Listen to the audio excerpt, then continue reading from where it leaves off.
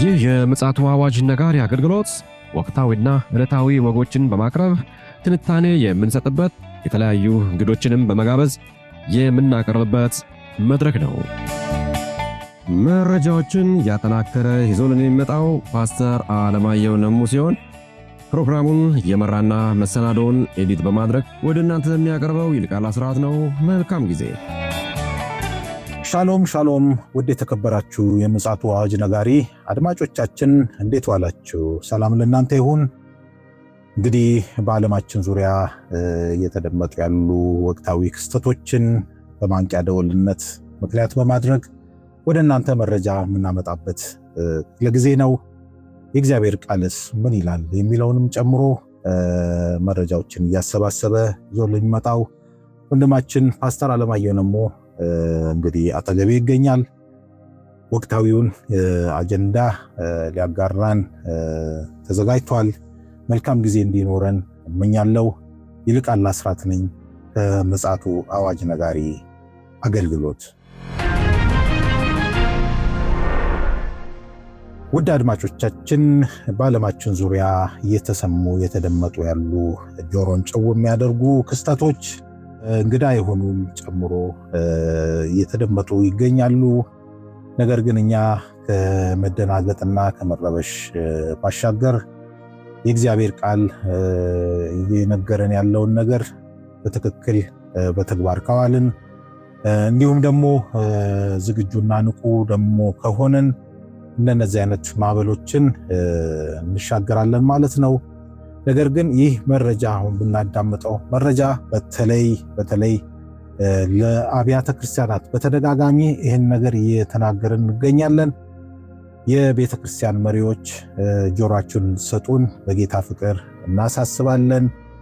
በጣም አስቸኳይ የሆነ መረጃ ስለሆነ በዚህ መልኩ እንድትረዱንና እንድታዳምጡን በጌታ ፍቅር አሁንም ደግመን እንጠይቃለን። ይህ መረጃ ምንድን ነው? በተለይ ደግሞ መጽሐፍ ቅዱስ የሚነግረን ጆሮን ጭው የሚያደርግ ብሎ የሚናገረው በትክክልም እየሰማን እያዳመጥን እንገኛለን። እስኪ ይሄ ጉዳይ ምን እንደሆነ ፓስተር ያጋራናል። አጠገቤ ይገኛል። ሰላምታ ከተሰጣጣን በኋላ በቀጥታ ወደ መረጃው እናመራለን። ሰላም ላንተ ይሁን ፓስተር፣ እንዴት አለ? ወንድም ይልቃል ደህና ነው ወይ? አለሁ፣ እግዚአብሔር ይመስገን። እግዚአብሔር የተመሰገነ ይሁን። ምንድነው የምንሰማው? ምንድነው አየሩን እየተቆጣጠረ ያለው ጉዳይ ምንድነው?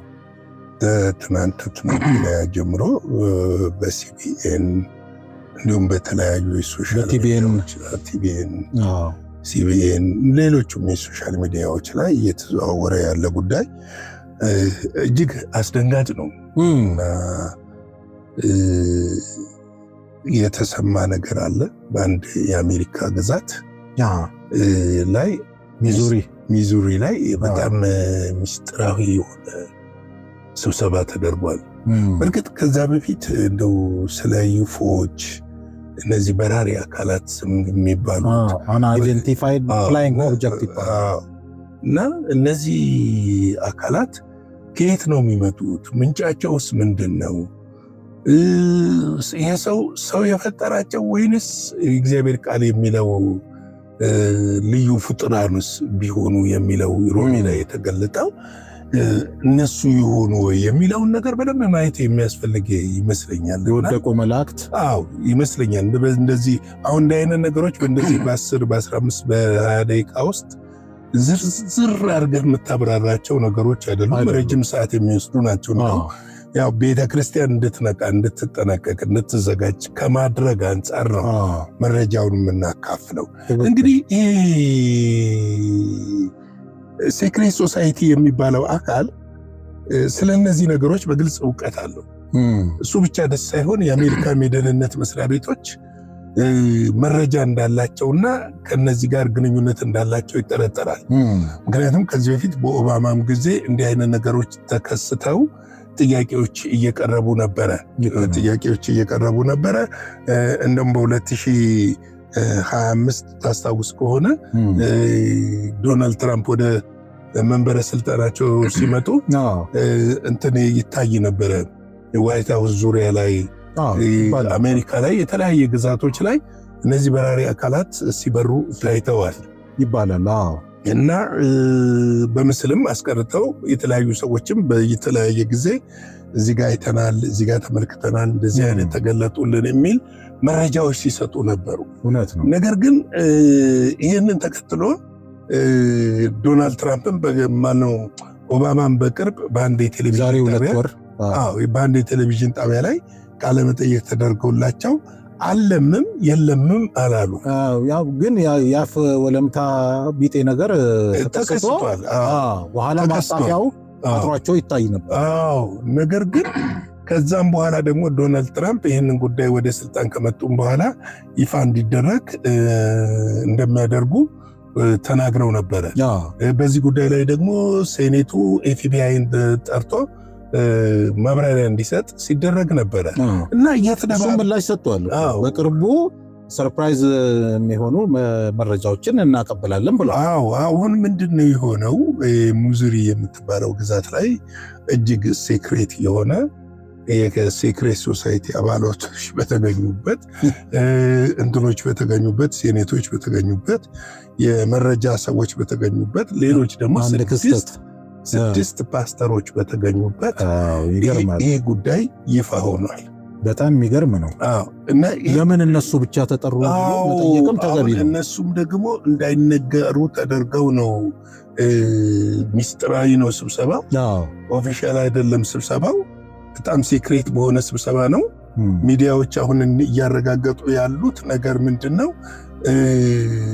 አንድ መረጃ ብቻ ነው ያቀበሉት ይመስለኛል።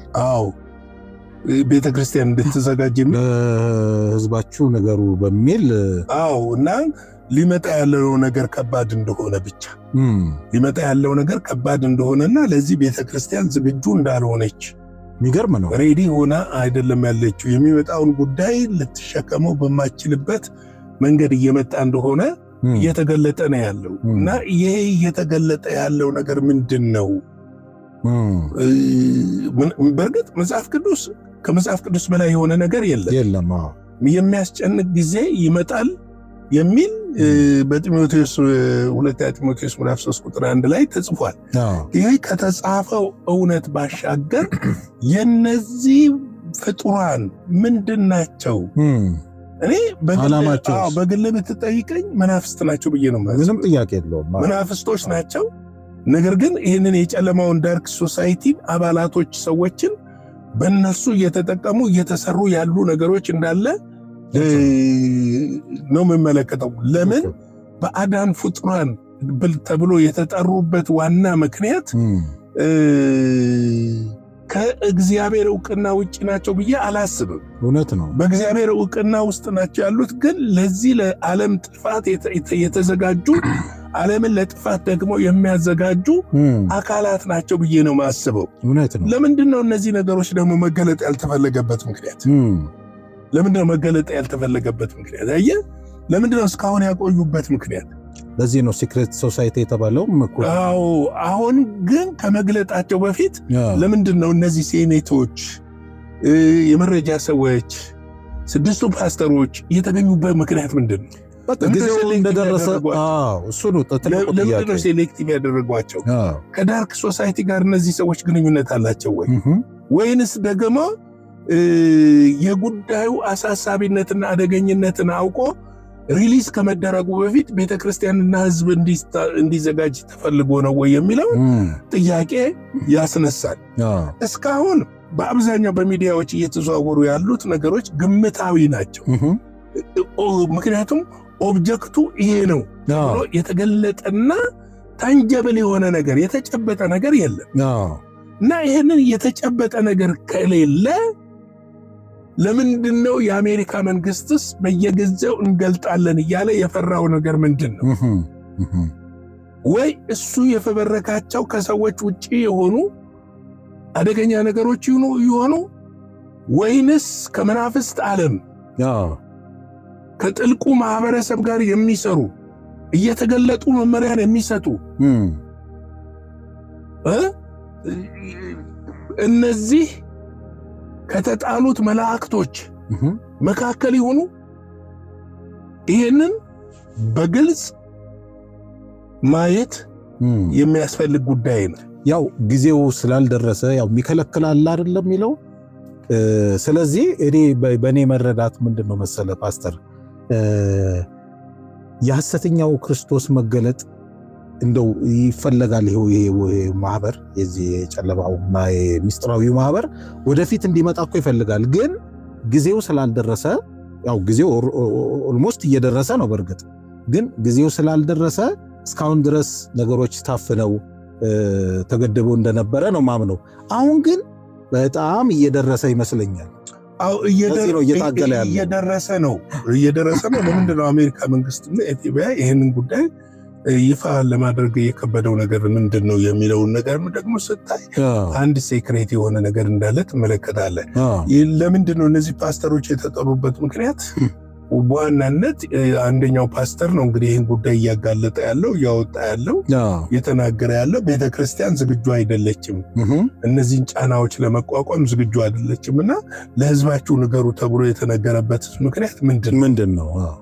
ገብቶሃል? ይሄ ወደፊት የምናያቸው ነገሮች ቢሆኑም ነገር ግን እኔ ሁሉን ነገር የማየው ከእግዚአብሔር ቃል አንጻር ነው። ምንድነው እግዚአብሔር ያልነገረን አለ ወይ? የለም። እግዚአብሔር ቃል ያልነገረን ነገር የለም። በምድር ላይ የሚፈጠሩ ነገሮች በተለያየ ምሳሌዎች በራእይም ላይ ስንመለከት በተለያየ ምሳሌዎች ተነግረውናል። የተነገሩን ነገሮች ምንድነው? ቤተክርስቲያን እንድትዘጋጅና እንድትነቃ ምእመኗንም እንድታዘጋጅ የእግዚአብሔር ቃል ይነግረናል። ገብቶሃል? ጥፋት እንደሚመጣ በምድር ላይ ይነግረናል። ከጥፋት በፊት እንድንዘጋጅም ይነግረናል መጽሐፍ ቅዱስ። ልክ ነው። ገብቶሃል? ስለዚህ እነዚህ ነገሮች ኤፍቢአይስ ቢገልጣቸው ምንድነው ተጽዕኖ የሚያመጡት? ኦብጀክቱ የሚገለጡት ነገሮች አደጋ ሊያመጡ ይችላሉ ወይ? ለምሳሌ በቅርብ አንድ ነገር እንመልከት። በቅርብ በአንዲት መርከብ ላይ መዝናኛ መርከብ ነች፣ ሰዎች ብቻ ቫይረስ ተከሰተ። ምንድነው የሚባለው የቫይረሱ ስም አሁን ለጊዜው አላስኩትም። እና ቫይረስ ተከስቶ ነበር። ያ የተከሰተው ቫይረስ ምንድነው? 3 ሰዎች ላይ ነው የታየው። አደገኛ ቫይረስ ነው እና 3 ሰዎች ደግሞ ሌሎች 3 ሰዎች በዚህ ቫይረስ ሞተዋል። ነገር ግን መርከቧ ወደ ማንኛውም የውሃ ላይ ድንበር እንዳትጠጋ ታግዷል እና የጤና ሰራተኞች ወደዛው ተጉዘው ምርመራ አድርገዋል። እነዚህን ደግሞ የታመሙትን ወይም ደግሞ የተያዙትን ወደ ማግለያ እንደወሰዱ ተነግሯል። እንደነዚህ አይነት ቫይረሶችን የሰው ልጅ አደጋ ውስጥ ሊከት የሚችል ቫይረሶችንም የሚዘሩት ከሳይንስ ላቦራቶሪ ብቻ ሳይሆን ከዲመኒክ ነው። ገብቷል? የሰው ልጅ ወደ ክርስቶስ ኢየሱስ እንዳይመለስና እንዳይድን ፈጥኖ ወደ ሲኦል ለማውረድ የሚደረጉ ምንድናቸው ብትለኝ ርብርብ ናቸው።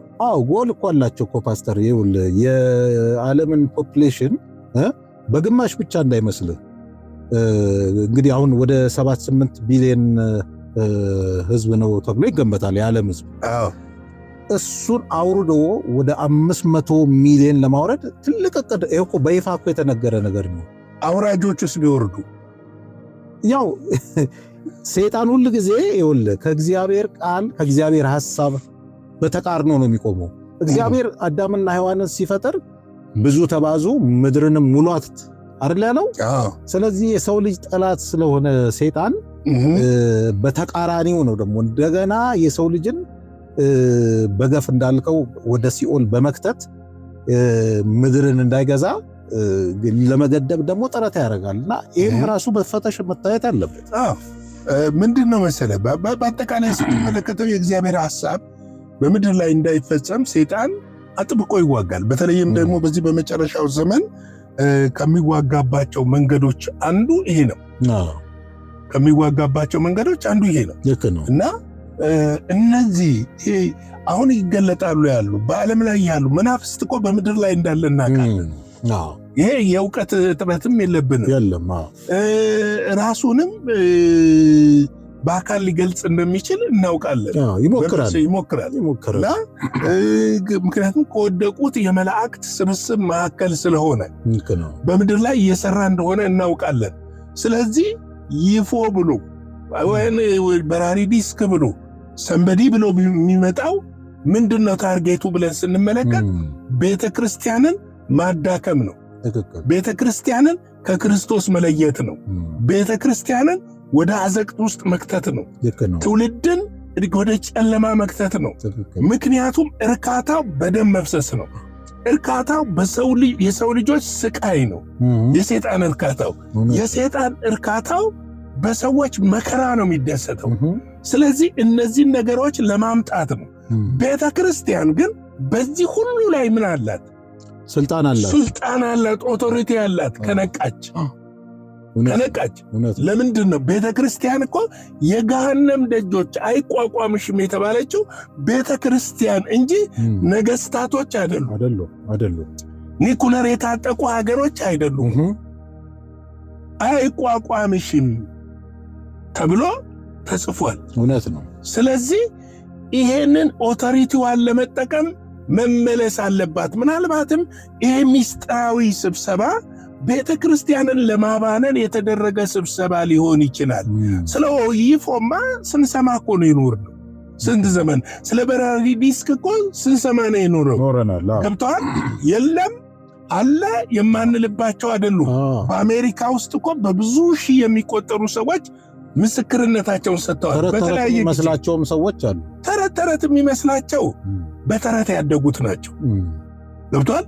ከእውነታ ጋር ግን ስትገናኝ እውነታን ስታውቅ ግን እንዲህ አይነት ነገሮች በአካል ሊገለጡ መንፈስ በአካል ሆኖ ሊገለጥ እንደሚችልም ማሰብ መቻል አለበት ነው። እንደው እዚህ ላይ እንደው አካተም ለሕዝበ ክርስቲያኑ መልእክትን እንድታደርስ እግዚአብሔር ቃል እንግዲህ ምንድነው የሚለው?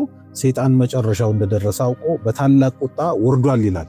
አንድ እንግዲህ ምስክር ነው። ሁለተኛ ደግሞ በዚህ ጉዳይ ላይ በተለይ ቤተክርስቲያን መንቃት እንዳለባት በተደጋጋሚ እኔ እናንተ መልእክት አድርሰናል። በተለይ የቤተክርስቲያን መሪዎች በዚህ ጉዳይ ላይ እንዲነቁና ተመሳሳይ ይዘት ያለው ነው ይህም መልእክትና እንደው ፓስተር እንደው እዚህ ላይ አጽንኦት ሰጥተ መቀስቀስ ባለበት ነገር ላይ እንዲህ ቤተክርስቲያን ለምንድን ነው የምትቀሰቀሰውን ተልኳንም ጨምሮ የዘነጋችውን የጣለችውን ነገር ሁሉ አንስታ መፈጸም እንዳለባትም ጭምር ይመስለኛል። አዎ ምንድነው መሰለ ቤተክርስቲያን አሁን ካለው ከዚህ አንዱ ከሚያስጨንቀው የኢኮኖሚ ማነቆ ውስጥ የገባች ትመስለኛለች። ምክንያቱም በኢኮኖሚው ላይ ስልጣኗንና ኦቶሪቲውን ገልጣ መስበር ሲገባት፣ ነገር ግን የሚሰበረው ነገር ውስጥ ራሷም የታፈነች ትመስለኛለች። እኔ 3 ነገሮች ነው የሚታየኝ።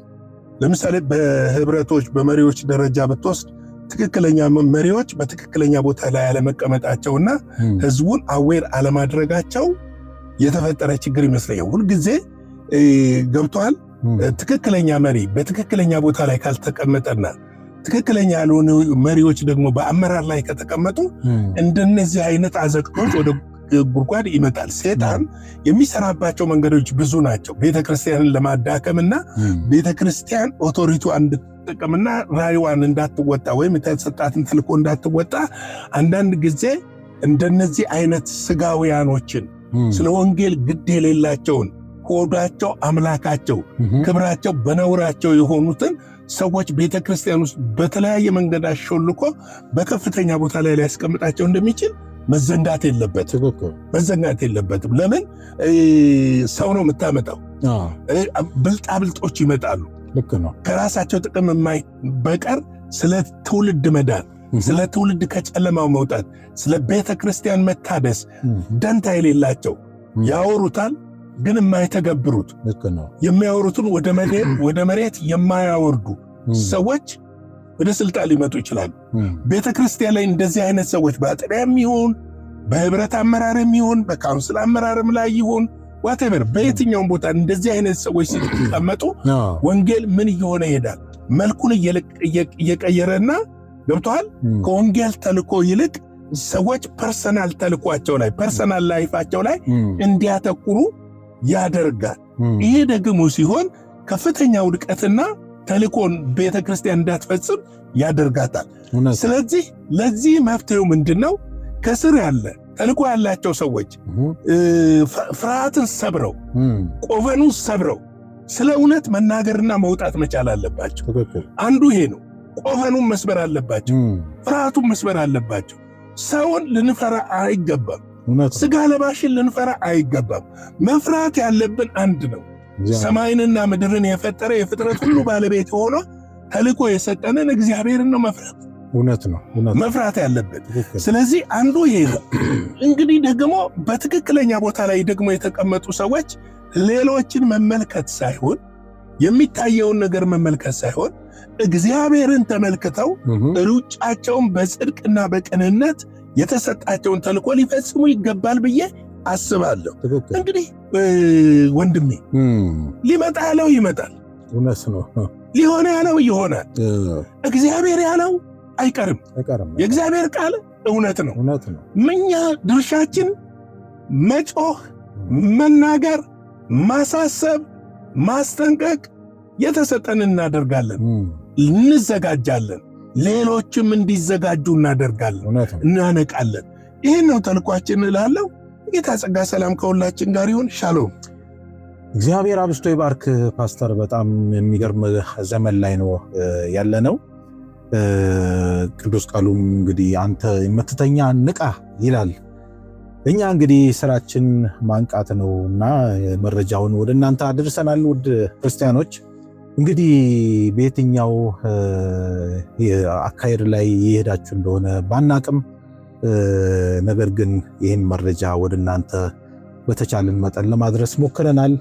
እንግዲህ ቀኖቹ ክፉዎች ናቸውና ዘመኑን ዋጁ ስለሚል ይህን ክፉ ጊዜ በምን መልኩ ልንወጣው እንደምንችል ለእያንዳንዳችን እንግዲህ እግዚአብሔር ኃላፊነት የሰጠን ይመስለኛል። በተለይም ደግሞ ቀደም ብለን እንደተናገርነው የቤተክርስቲያን መሪዎች በዚህ ጉዳይ ላይ በጣም ንቁና ዝግጁ እንድትሆኑ በጣም አበክረን ነው እንግዲህ በተደጋጋሚ እየገለጽን ያለነው። እባካችሁን ራሳችሁን እንድታዘጋጁ በጌታ ፍቅር እንለምናለን። ምክንያቱም የምንሰማው ነገር ያው በጣም ጆሮን ጭው የሚያደርግ ስለሆነ። ውድ አድማጮቻችን እንግዲህ ለዛሬ አርብ የቀን መረጃችን ይህንን ይመስላል። እግዚአብሔር ፈቃዱ ከሆነ ደግሞ ማምሻው ላይ በሌላ መረጃና መልእክት ተመልሰን እንመጣ ይሆናል። እስከዚያው ድረስ ሻሎም። ለዛሬ ይዘን የመጣነው ወቅታዊ መረጃ ይህንን ይመስል ነበረ። በሌላ ጊዜ በሌላ መሰናዶ እስከምንገናኝ ሰላም ለእናንተ ይሁን።